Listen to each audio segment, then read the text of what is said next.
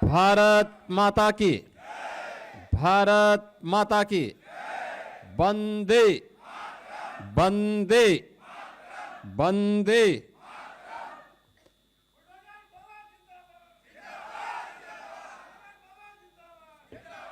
व्यापारी कल्याण दिवस की पूर्व संध्या पर दानवीर भामाशाह जयंती कार्यक्रम के पूर्व संध्या पर आयोजित आज के इस समारोह में उत्तर प्रदेश सरकार में मंत्रिमंडल के मेरे वरिष्ठ सहयोगी, वित्त और संसदीय कार्य विभाग के मंत्री श्री सुरेश कुमार खन्ना जी, लखनऊ की महापौर श्रीमती सुषमा खड़कवाल जी,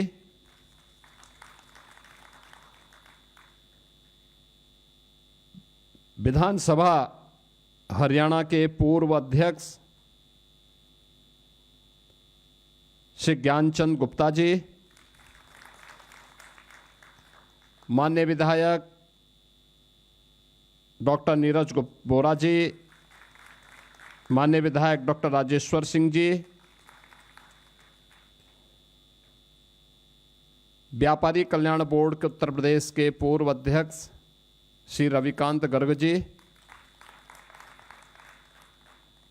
वरिष्ठ व्यापारी नेता श्री संदीप बंसल जी, आज के इस कार्यक्रम में उपस्थित सभी हमारे प्रदेश के अलग अलग क्षेत्रों से उपस्थित सभी हमारे व्यापारी बंधुगण,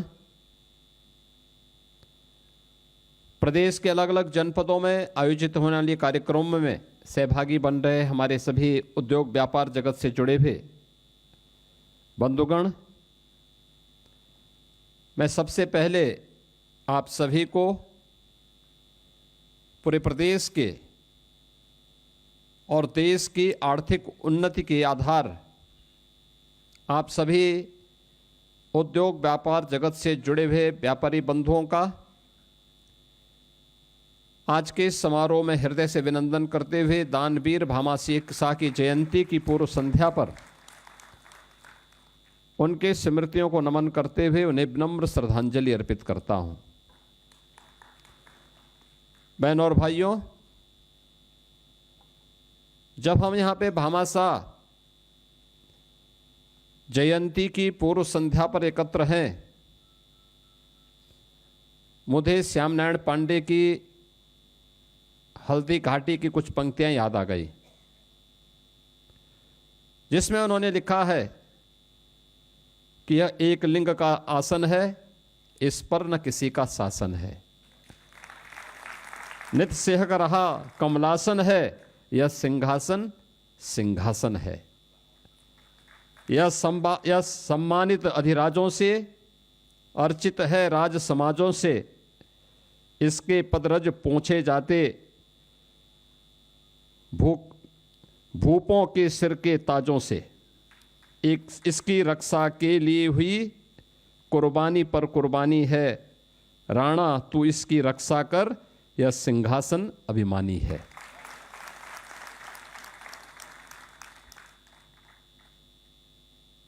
जब भी स्वदेश, स्वाभिमान और स्वधर्म के लिए यह देश महाराणा प्रताप का स्मरण करेगा तो स्वतःस्फूर्त भाव के साथ भामाशाह का नाम हर जवान पर होगा। याद रखना, धन की तीन ही गति होती है, या तो दान करो, वो आपको यशस्वी बनाएगा, स्वयं भोग करो, कुछ देर के लिए चलने लायक बनाएगा, बाद में शुगर से ग्रसित कर देगा।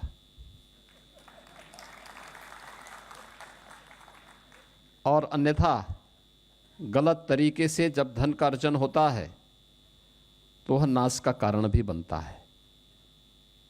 जैसे आपने माफियाओं के नाश को देखा होगा।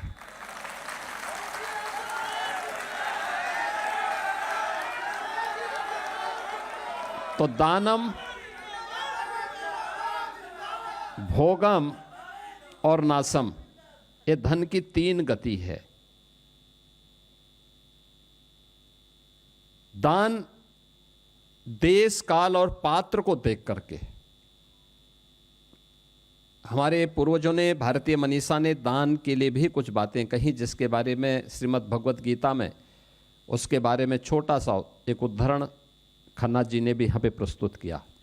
वह सात्विक हो, देश के लिए, धर्म के लिए, लोक कल्याण के लिए, गरीब कल्याण के लिए दिया जाने वाला दान हमेशा सार्थक होता है और व्यक्ति को, पीढ़ी को यशस्वी बनाता है।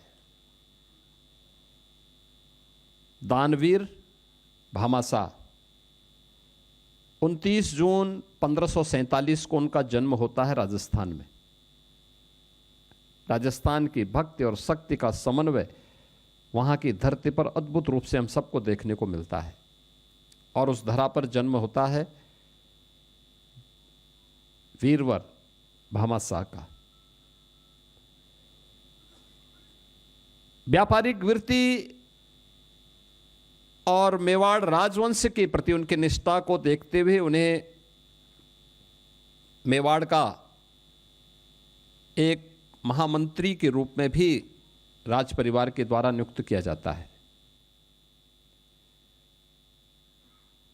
वहां से जो भी मेवाड़ राजवंश से अलग अलग रियासतों के लिए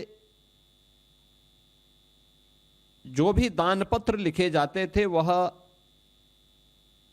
दानवीर भामाशाह के द्वारा ही लिखे जाते थे। आप जब यहां से बाहर निकलेंगे, बाहर एक एग्जीबिशन लगी हुई है, उसमें आप देखेंगे तो उनके द्वारा जारी किए गए दान पत्र, ताम्र पत्र की कुछ प्रतिकृतियां वहां पर बाहर हम लोगों ने प्रस्तुत भी की है। और ये परंपरा वहां पर बहुत लंबे समय तक चली। लेकिन ये उत्थान और पतन और फिर उत्थान का इस चक्र चलता है, धर्म चक्र प्रवर्तनाए। और उसी धर्म चक्र के कारण जब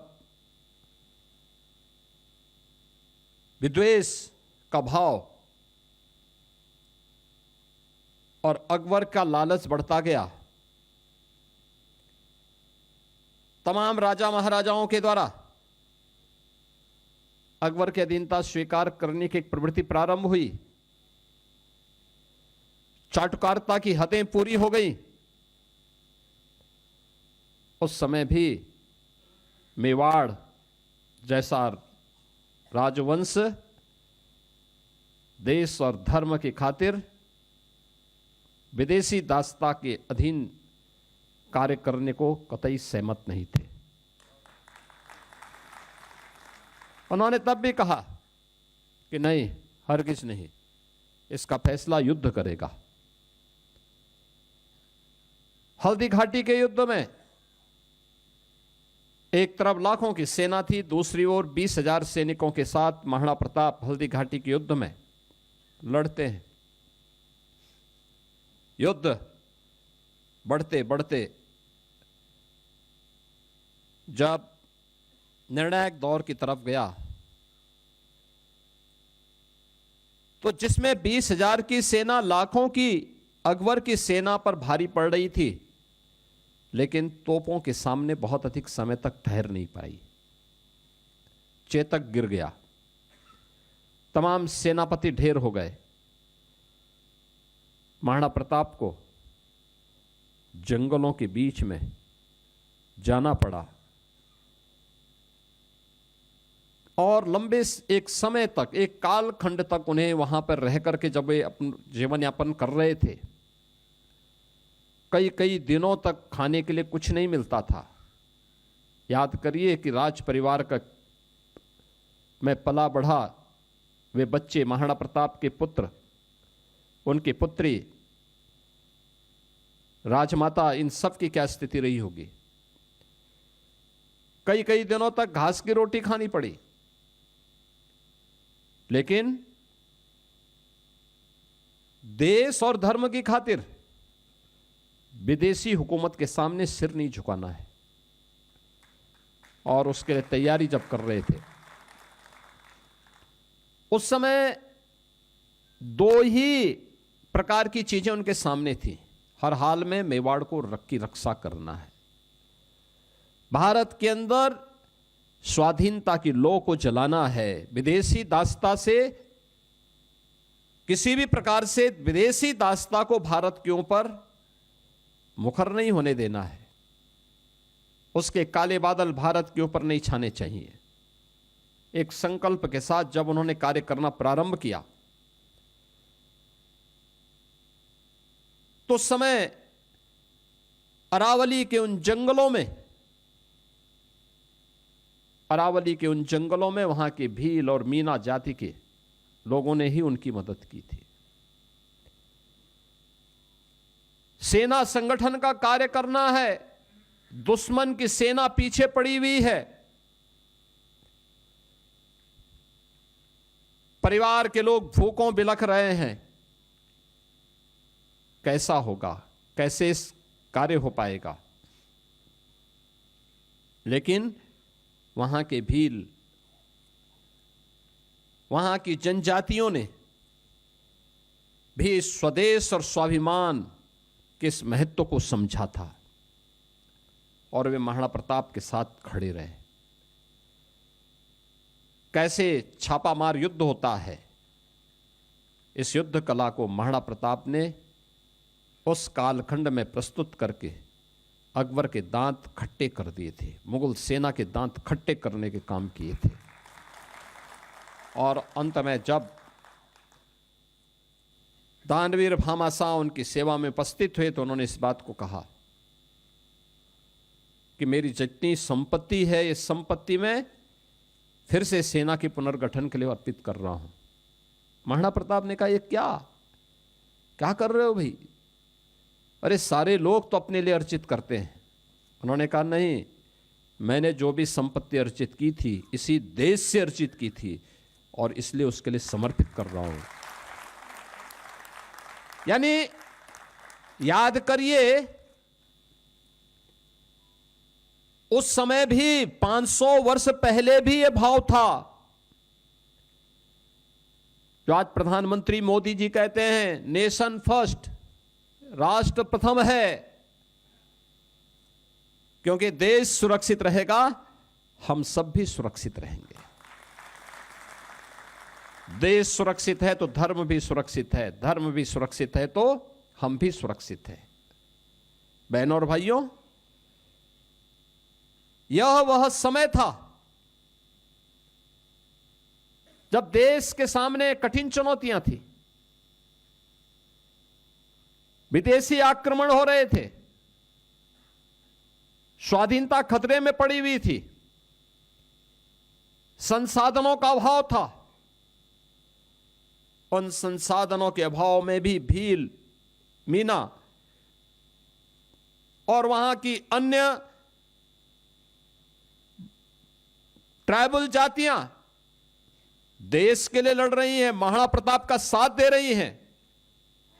और वह समय तब था जब बहुत सारे सगे संबंधी स्वयं महाराणा प्रताप का साथ छोड़ चुके थे। तमाम राजे रजवाड़ों ने अकबर की अधीनता स्वीकार कर ली थी, लेकिन इन सब से बेखबर उन लोगों ने उस समय जिस प्रमुखता के साथ कार्य किया, कहते हैं भामाशाह की उसका जो सहयोग था महाराणा प्रताप को, वह इतना सहयोग था कि 25,000 सैनिकों को 12 वर्षों तक उनको हर प्रकार की सुख यानी उनका वेतन दिया जा सकता था, उनके रहने खाने की व्यवस्था की जा सकती थी, युद्ध की सामग्री उन्हें उपलब्ध कराई जा सकती थी। आप याद करिए कितनी बड़ी ताकत उस समय खड़ी की, और उसी के बल पर महाराणा प्रताप ने फिर से सेना का संगठन खड़ा किया और जितने भी दुर्ग और किले मेवाड़ और चित्तौड़गढ़ के अकबर ने अर्जित किए थे उन सबको फिर से वापस लेकर के उस कालखंड में फिर से अपने आप को अजेय घोषित किया था, स्वाधीन घोषित किया था। याद करिए 450 वर्ष पहले शौर्य और पराक्रम का ऐसा अद्भुत संगम हम सबको देखने को मिला। 450 वर्ष पहले इस प्रकार के अद्भुत शौर्य और पराक्रम हम सबको देखने को मिला, ऐसा संगठन हमें देखने को मिला। ये शौर्य और पराक्रम ही जब भी देश के ऊपर संकट आता है, हर भारतवासी महाराणा प्रताप को स्मरण करता है, हर भारतवासी छत्रपति शिवाजी महाराज का स्मरण करता है, हर भारतवासी गुरु गोविंद सिंह जी महाराज का स्मरण करता है। इसलिए स्मरण करता है क्योंकि उन्होंने अपने लिए नहीं, देश के लिए जीवन जिया था। उनका समर्पण धर्म के लिए था। धर्म उनके लिए जीवन पद्धति थी, धर्म उनके लिए उपासना पद्धति मात्र नहीं थी। और इसीलिए आज भी और इतिहास के स्वर्णाक्षरों में हर भारतवासी इन महापुरुषों के प्रति नतमस्तक होता है। और इसीलिए मैंने कहा कि अमर गीतों के वे रचयिता डॉक्टर श्याम नारायण पांडे ने जो बात कही कि एक लिंग का आसन है, इस पर न किसी का शासन है, यह मेवाड़ पर ही एकदम फिट बैठता है, एकदम फिट बैठता है। उन्होंने इस बात को स्पष्ट कहा था कि यह एक लिंग का आसन है, इस पर न किसी का शासन है, नित्य का रहा कमलासन है, यह सिंहासन सिंहासन है। यानी यह सिंहासन सिंहासन क्यों है, इसका उल्लेख उन्होंने इसके माध्यम से किया है। आज भी उस भूमिका का निर्वहन हमारे आज के भामाशाह देश के लिए कर सकते हैं और कर भी रहे हैं। ऐसा नहीं कि न कर रहे हैं। अभी हमने उसी की एक प्रतिकृति को मंच पर सम्मानित भी किया है।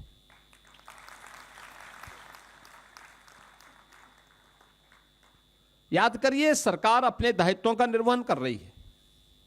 यहां पे अभी रविकांत गर्ग जी कह रहे थे कि इस दिवस को, अरे हम तो कह रहे हैं कि हर वर्ष ये दिवस मनाया जाना चाहिए। और मैं तो जीएसटी विभाग से भी कहूंगा कि लखनऊ में ही नहीं, प्रदेश भर में हर जनपद में सेलेक्ट करिए। प्रदेश में जो सर्वाधिक जीएसटी देने वाले हैं उनका लखनऊ में, और जनपद में जो सर्वाधिक जीएसटी देने वाले हैं उनको जनपदों में ऐसे 10-10 व्यापारियों का सम्मान इस दिवस पर किया जाना चाहिए।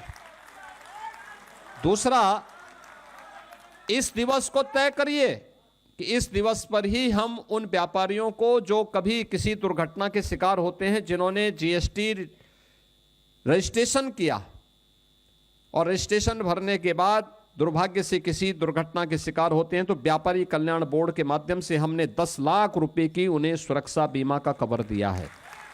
इस राशि का वितरण भी इसी अवसर पर उन लोगों को करना चाहिए, एक साथ सम्मान के साथ, भव्य समारोह के साथ होने चाहिए, लगाया जाना चाहिए। उस समय एक और महाराणा प्रताप का चित्र और दूसरी तरफ भामाशाह का चित्र, और लोगों को बताया जाना चाहिए, वर्तमान पीढ़ी को बताया जाना चाहिए, महाराणा प्रताप का स्मरण होगा तो भामाशाह का स्मरण अपने आप हो जाएगा। भामाशाह का स्मरण होगा तो महाराणा प्रताप का स्मरण अपने आप हो जाएगा। दोनों अलग नहीं है, दोनों एक दूसरे के पूरक हैं। और भारत का इतिहास इस बात का साक्षी है।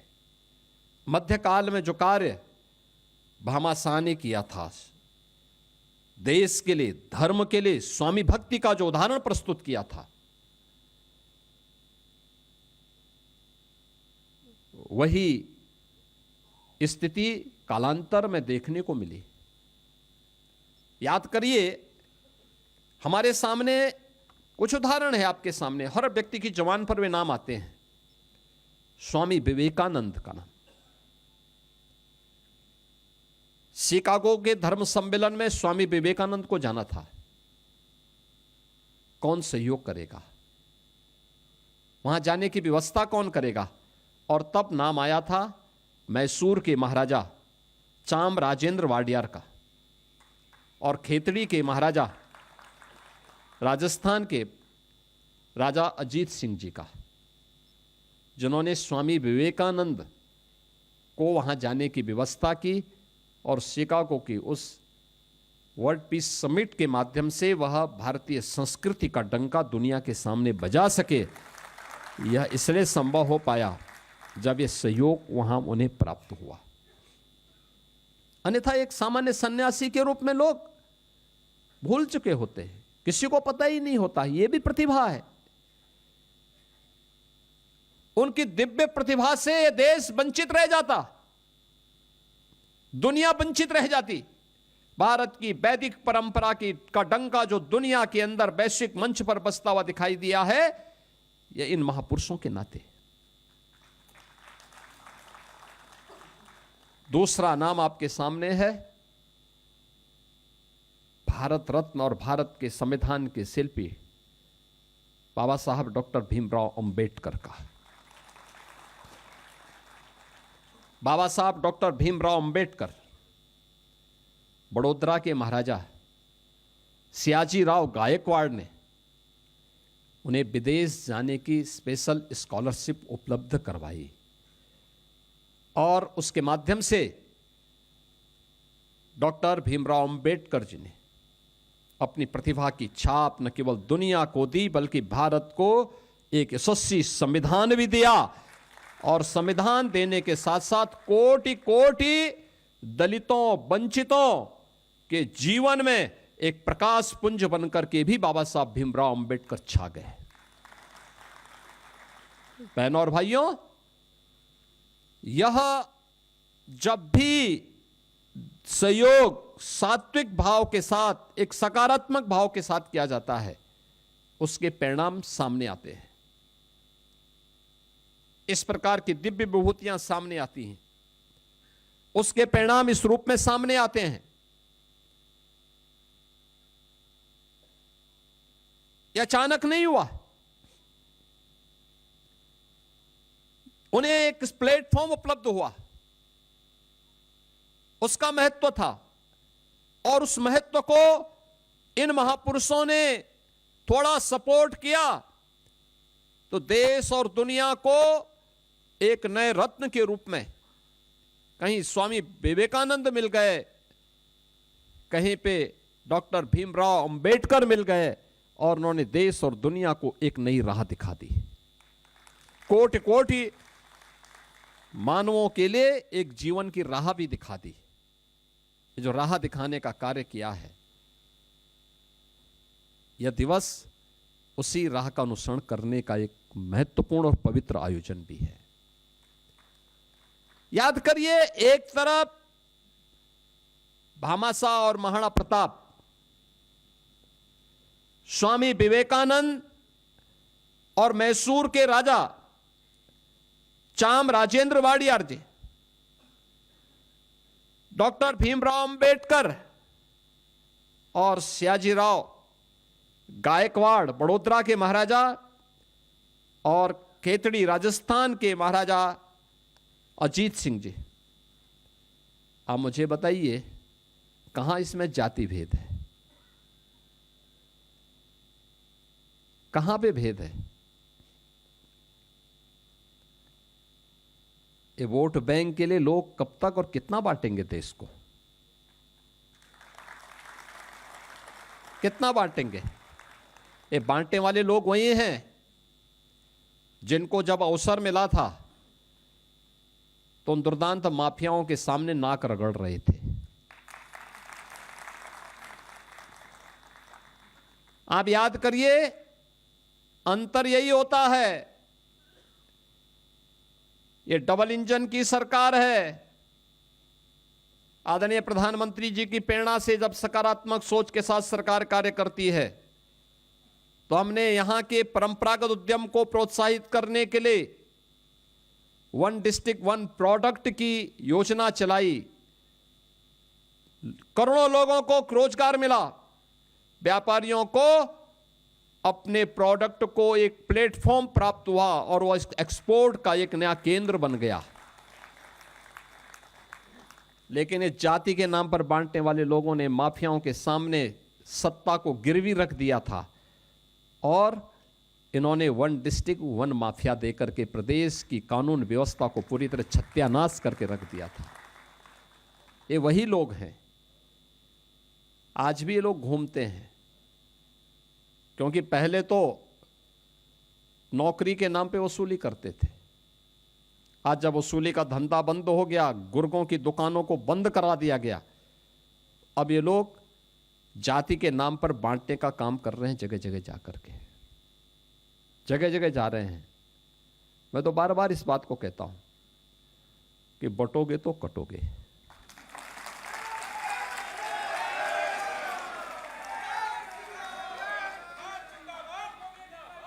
एक रहोगे तो नेक रहोगे। ये लोग वही हैं, इनके मुंह बंद होते हैं। ये लोग किसी व्यापारी, यहां लखनऊ में 2016 में एक व्यापारी की निर्मम हत्या हुई थी, एक निर्मम हत्या हुई थी, और उस समय इन्होंने कोई कार्रवाई नहीं की।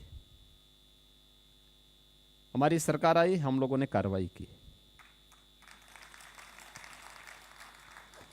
सुल्तानपुर में एक सराफा व्यवसायी को गोली मारी गई थी और सामान लेकर के लोग भाग रहे थे, तो मैं देख रहा था कि यही लोग थे जो उन लुटेरों को प्रश्रय दे रहे थे। तो हमने पहले बोला था कि अगर लूटोगे, व्यापारी और बेटी की सुरक्षा में खतरा पैदा करोगे, तो दूसरे चौराहे पे यमराज इंतजार कर रहा होगा।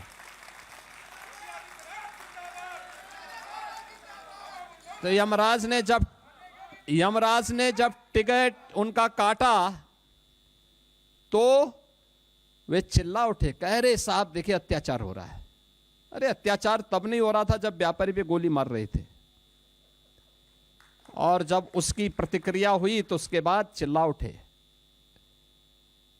ये घड़ियाली आंसू बहाते हैं माफियाओं के लिए, उन लुटेरों के लिए जो राह चलते हुए राहगीरों पर, निर्दोष व्यापारियों पर और बेटियों की सुरक्षा के लिए खतरा पैदा करते हैं। और इसीलिए मैं आप सबसे कहने के लिए आया हूं, हमें सावधान होना होगा, सतर्क होना होगा। इन लोगों के उन कारनामों से, जिन कारनामों के कारण पहचान के एक संकट से आप गुजर रहे थे। आप में से बहुत सारे लोग होंगे जिनका व्यापार उत्तर प्रदेश के अलावा दूसरे राज्यों में भी होगा, या लेन देन करते होंगे, सामान मंगाते होंगे। पहले उत्तर प्रदेश के नाम से लोग सामान भेजने में डरते थे, आज कोई डर नहीं है, कोई भय नहीं है। सुरक्षा का एक बेहतरीन वातावरण दिया गया है। हर प्रकार से हम लोग आगे बढ़ रहे हैं। ये प्रक्रिया आगे इसी रूप में आगे बढ़ती रहनी चाहिए। और यह दिवस 29 जून को हर वर्ष आयोजित होना चाहिए। दानवीर भामाशाह के उन कार्यों को लेकर के हमें कृतज्ञता ज्ञापित करनी चाहिए। लेकिन मेरी आप सबसे अपील है, हमें अपने स्तर पर भी कुछ करना चाहिए। लोकल स्तर पर भी बहुत कुछ आप कर सकते हैं। मैंने दान के में तो भामाशाह का भी उदाहरण दिया, मैसूर के महाराजा का भी उदाहरण दिया, बड़ोदरा के महाराजा का भी उदाहरण दिया, खेतड़ी के महाराजा का भी उदाहरण आपके सामने दिया। कैसी कैसी विभूतियों को और राष्ट्र रक्षा के लिए राष्ट्र के उन्नयन के लिए किस किस प्रकार की विभूतियों को उनके सहयोग से आगे बढ़ने में मदद मिली, हम भी सहयोग कर सकते हैं। हमारे स्तर पर भी ये कार्य हो सकते हैं, हमारे सामूहिक प्रयास से भी ये कार्य आगे बढ़ सकते हैं। और वह कार्य अलग अलग स्तर पर, आपके स्तर पर भी हो सकता है, लोकल स्तर पर रोजगार सृजन के लिए भी बहुत अच्छे कार्य हो सकते हैं। आपके द्वारा किसी भी स्तर पर रोजगार सृजन के लिए किया जाने वाला कार्य, वह भी एक पुण्य है। आपके द्वारा प्रदूषण से मुक्त कोई एक व्यवस्था देना, यह भी एक पुण्य का कार्य है। किसी नदी को प्रदूषण से मुक्त करने में किया जाने वाला योगदान, किसी नदी के पुनरुद्धार की कार्रवाई, उसको पुनर्जीवन देना, यह भी एक पुण्य का कार्य है। किसी एक व्यवस्था के साथ जुड़ करके जनपद के सभी व्यापारी एक अभियान के साथ, उस कार्य के साथ जुड़ करके प्रशासन से कहें कि साहब हमें केवल ये बताइए कि कैसे कार्य होना है, हम अपने स्तर पर अपने सहयोग से इस कार्य को पूरा करें। हमने वर्तमान में 1 डिस्ट्रिक्ट 1 रिवर, यानी एक जिले में एक नदी के पुनरुद्धार का दायित्व हर जनपद को उपलब्ध करवाया है। और वृक्षारोपण का कार्यक्रम भी वहां होना है। क्या प्रदेश भर के हमारे व्यापारी भी उस अभियान के साथ जुड़ पाएंगे? और जुड़ पाएंगे तो मुझे लगता है किसी एक कार्यक्रम के साथ जुड़िए। प्रधानमंत्री जी ने देशवासियों के सामने एक लक्ष्य और रखा है, 1 पेड़ मां के नाम। हम लोग जुलाई में कोई एक तिथि तय करेंगे, सभी व्यापारियों को, उद्योग व्यापार मंडल को भी इसके साथ जोड़ना चाहिए, इस कार्यक्रम को सफल बनाना चाहिए, क्योंकि ये देश का काम है। पर्यावरण सबकी सुरक्षा करता है, इसमें कौन जाति भेद है? न जाति का भेद है, न क्षेत्र का भेद है, न मत और मजहब का भेद है, न किसी प्रकार का कोई भेद है। पेड़ तो सबको छाया देता है, फल देता है, पर्यावरण की रक्षा करता है। हम भी इस अभियान का हिस्सा बने। नदी सबको पानी देती है, कोई भेद नहीं करती किसी के साथ, उसका संरक्षण हम भी कर सकते हैं मिलकर के। और इस कार्यक्रम को अगर हम कर पाएंगे तो एक बड़ा कार्य होगा। मैं एक बार फिर से आपको इस बात के लिए आश्वस्त करता हूं, प्रदेश सरकार और ये डबल इंजन की सरकार आपके हितों को संरक्षण देने के लिए पूरी प्रतिबद्धता के साथ करेगी। आपकी सुरक्षा, आपको हर प्रकार का संरक्षण देने का कार्य करेगी। हमें भी राष्ट्र के इस अभियान का हिस्सा बनना चाहिए। उन अभियानों का हिस्सा अगर हम भी बनते हैं, इसको और आसान करने में मदद मिल सकती है। आज के इस अवसर पर मैं आप सबके प्रति अपनी शुभकामनाएं देता हूं। भारत माता के इस महान सपूत दानवीर भामाशाह की स्मृतियों को नमन करता हूं। उनकी जयंती की पूर्व संध्या पर उन्हें विनम्र श्रद्धांजलि अर्पित करते हुए अपनी वाणी को विराम देता हूं। धन्यवाद। जय हिंद। तो राजधानी लखनऊ से मुख्यमंत्री योगी आदित्यनाथ को सुन रहे थे आप, जहां उन्होंने दानवीर भामाशाह की जयंती के पूर्व संध्या पर आयोजित कार्यक्रम में प्रतिभाग कर उनकी स्मृतियों को याद किया, उन्हें श्रद्धासुमन भी अर्पित की है। और इस दौरान उत्तर प्रदेश में किस तरीके से विकास हो रहा है उसके बारे में भी सीएम योगी ने सभी के समक्ष अपनी बातें रखी। तो मुख्यमंत्री योगी आदित्यनाथ ने प्रदेश की जनता को भी यहाँ पर संबोधित किया। जहाँ भक्ति है हर शब्द में, कथाओं में छुपे हैं दिव्य रहस्य और ज्योतिष देता है जीवन को दिशा। धर्म से जुड़ी हर बातों को जानने के लिए हमारे चैनल स्तुति को सब्सक्राइब करें। चैनल पर जाने के लिए इस लिंक पर क्लिक करें।